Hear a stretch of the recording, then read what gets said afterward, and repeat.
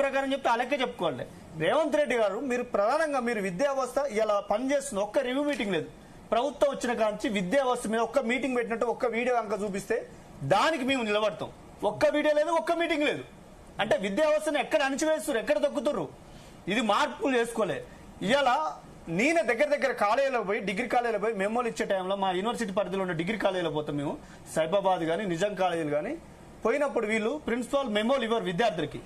ఆత్మహత్యలు చేసుకురన్నా. ఉమ్మడి నల్లగొండ జిల్లాలో నరేష్ అనే అబ్బాయి చనిపోయాడు, కరీంనగర్ జిల్లాలో ఉన్నాయి, ఆదిలాబాద్ జిల్లాలో ఉన్నాయి. దాని లిస్ట్ మొత్తం నాకు పేపర్లో కానీ పట్టుకొని వచ్చిన ఇలా బాగా.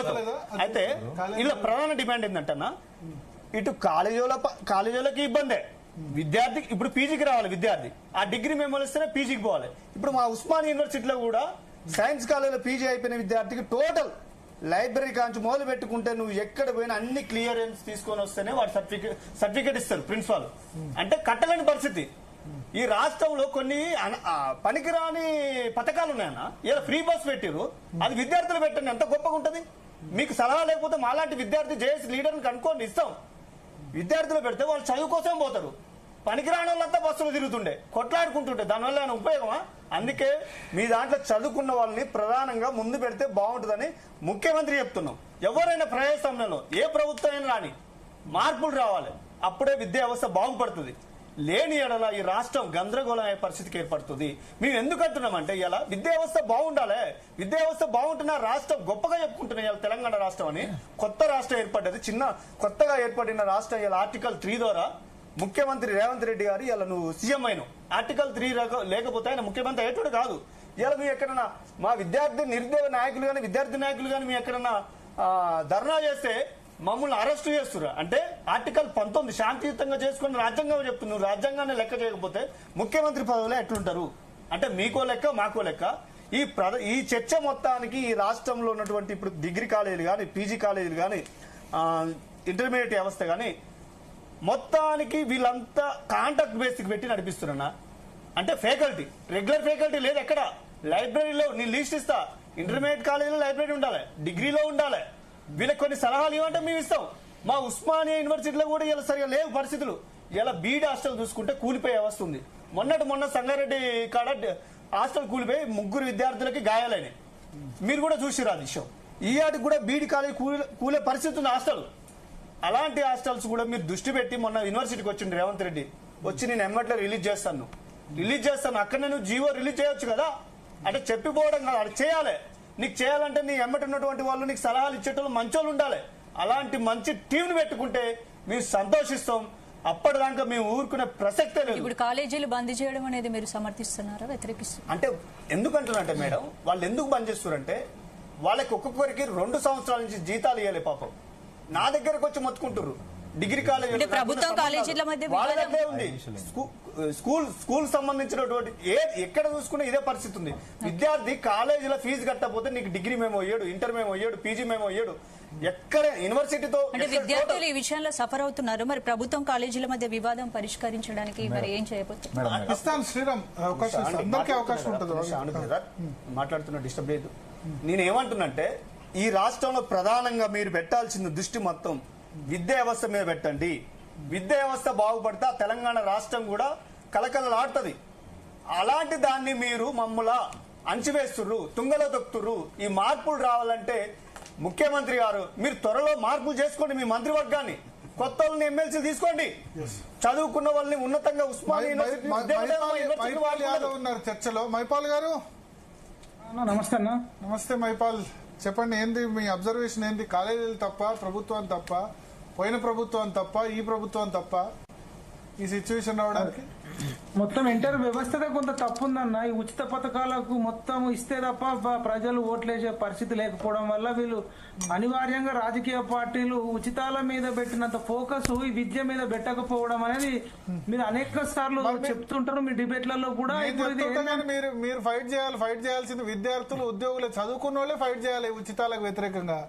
ఎందుకు ఆ తులం బంగారం ఎందుకు, ₹1,00,000 కళ్యాణ లక్ష్మి ఎందుకు? ఒక్కడికి 1,00,000 ఇచ్చే బదులు ఇక్కడ 3 ఆ కళ్యాణ లక్ష్మికి 1,00,000 ఇచ్చే బదులు ఇంజనీరింగ్ 3 చదివచ్చు. ఏమైతుంది? తక్కువ సింపుల్ గా పెళ్లి చేసుకుంటారు దావత్ చేసే బదులు. 3 ఇంజనీరింగ్ కంప్లీట్ అవుతుంది కదా. 35,000 మూడు డిగ్రీ అయితే 10 మంది అవుతారు దాంతో ఆ కళ్యాణ్ లక్ష్మి షాదీ ముబారక్ తోటి ఆ ఫ్రీ బస్ ఎందుకు? ఎస్, విద్య లేనివాడు వింత పశువు అంటారన్న. తులం బంగారం లేనోడు వింత పశువు కాదు, ఆ ఫ్రీ బస్సు లేనోడు వింత పశువు కాదు. ఫ్రీగా ఇప్పుడు ఇందిరమ్మ చీరలు వంచుతారట. ఇందిరమ్మ చీరలు అడిగింది ఎవరండి? ఇప్పుడు ఎమర్జెన్సీ ఉంది, ఇప్పుడు కేసీఆర్ బతుకమ్మ చీరలు వంచడం సరే, మేము ఇందిరమ్మ చీరలు పంచితే ఆడబిడ్డలకు వ్యతిరేకం అని చెప్పడం కాదు, కానీ మనకు పరిమిత వనరులు ఉన్నప్పుడు మాకు క్షీణోపాంత ప్రయోజన సూత్రం అని ఒకటి ఉంటది ఎకనామిక్స్ లో. మన దగ్గర పరిమిత వనరులు ఉన్నప్పుడు మనం దేని మీద ఖర్చు పెడితే ఎక్కువ ప్రయోజనం పొందొచ్చు అనేది ఉంటది. అది వీళ్లకు ఆ కోఆర్డినేషన్ లేకపోవడమా, అసలు విద్యాశాఖ మంత్రి ఇప్పటిదాకా ఒక ప్రెస్ మీట్ కాన్ఫరెన్స్ అనేది పెట్టకపోవడం, అడ్రస్ చేయకపోవడం, ఇగో ఇన్ని రోజులలో ఇస్తాము, ఇన్ని నెలలలో ఇస్తాము, దయచేసి టైం ఇవ్వండి, ఓపిక ఇవ్వండి అని ఇప్పటిదాకా విద్యాశాఖ మంత్రి నాకైతే అంటే నేను గమనిస్తున్న కాడికైతే ఇప్పటిదాకా ప్రెస్ మీట్ పెట్టినట్టు అనిపించలేదండి. ఉన్నాడు ఆ విద్యాశాఖ మంత్రి పెట్టిండ ప్రెస్ మీట్ అంటే అడుగుతున్నా. ఫస్ట్ అయితే మెయిన్ ఒక రెస్పాన్సిబిలిటీ అయితే ఉండాలి కదా. మహిపాల్ గారు, సరే మీరు ఆరోపణలు చేయొచ్చు, వ్యంగ్యంగా మాట్లాడొచ్చు, కానీ తమ్ముడు కూడా రాజు నాయకు యూనివర్సిటీ మిత్రుడు, యువ నాయకుడు, ఇప్పుడు యూనివర్సిటీలో నిరుద్యోగుల తరఫున కొట్లాడుతాడు. నిజంగానే కొట్లాడాలి, మేము కాదంటలేదు. కాకపోతే ఇప్పటికీ డిసెంబర్ నుంచి డేట్లతో సహా చెప్తాం, ముఖ్యమంత్రి గారు విద్యాశాఖ అధికారులతో ఎన్నిసార్లు అంటే ఇప్పటికీ 19 నెలల్లో 15 సార్లు సమీక్షలు చేశారు. నేను డేట్లతో సహా చెప్తా, మీరు ఉత్తుత్త ఆరోపణ చేయకండి దయచేసి.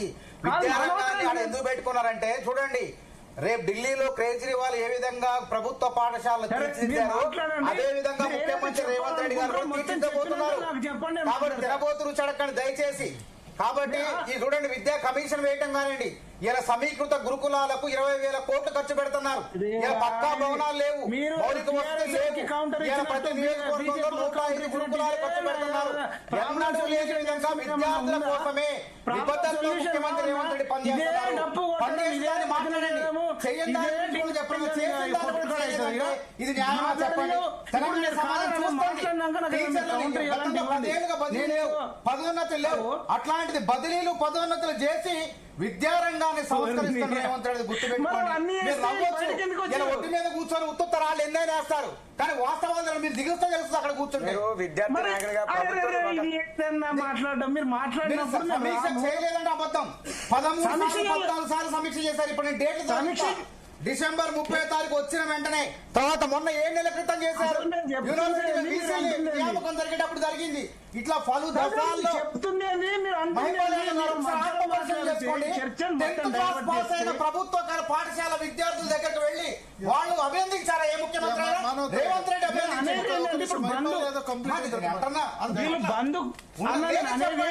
సూచన చేసి తప్పు కదా. అరే ప్రభుత్వ పాఠశాల విద్యార్థి దగ్గర పోయి విజయం సాధించారు, చెప్పండి. అది రికార్డింగ్ కేసెట్ లెక్క కాకుండా ఆయన ఏదైనా చెప్పాలనుకున్నప్పుడు 10 కాదు, మీరు ఎంత సేమ్ ఇస్తాను చెప్పమనండి. ఒకవేళ నేను ఏదైనా తప్పు మాట్లాడితే మళ్ళీ ఆయనకు టైం ఇచ్చినప్పుడు నాకు కౌంటర్ చెప్పమనండి. నేను ఏ పార్టీకి సంబంధించి కాకుండా నేను అనేది ఏంది, ఇప్పుడు బంధుకు పిలుపునిచ్చినాక విద్యాశాఖ మంత్రి ఏదన్నా ఒక ప్రెస్ నోట్ విడుదల చేసేటట్టు, ఏదన్నా వాళ్ళకు భరోసా ఇచ్చేటట్టు, అంటే విద్యార్థులకు ఫీజు రింబర్స్మెంట్ విషయంలో జూనియర్ కాలేజీలో చదువుకుని ఇంటర్మీడియట్ పిల్లలకు కానీ, డిగ్రీ కాలేజ్ పిల్లలకు కానీ, లేకపోతే బీటెక్ వాళ్ళకు కానీ, లేదంటే వాళ్ళ లెక్చరర్లకు కానీ, లేకపోతే ఇంజనీరింగ్ డిగ్రీ జూనియర్ కాలేజ్ సంబంధించిన యాజమాన్యానికి ఏదన్నా భరోసాగా ధైర్యం చెప్తూ ఏదన్నా ఒక 1 మినిట్ ఏదన్నా వీడియో గానీ నోట్ గానీ ఎక్కడన్నా ఇచ్చిండా? ఇప్పటిదాకా అయితే నేను వినలేదు, చూడలేదని చెప్తున్నా. సమీక్ష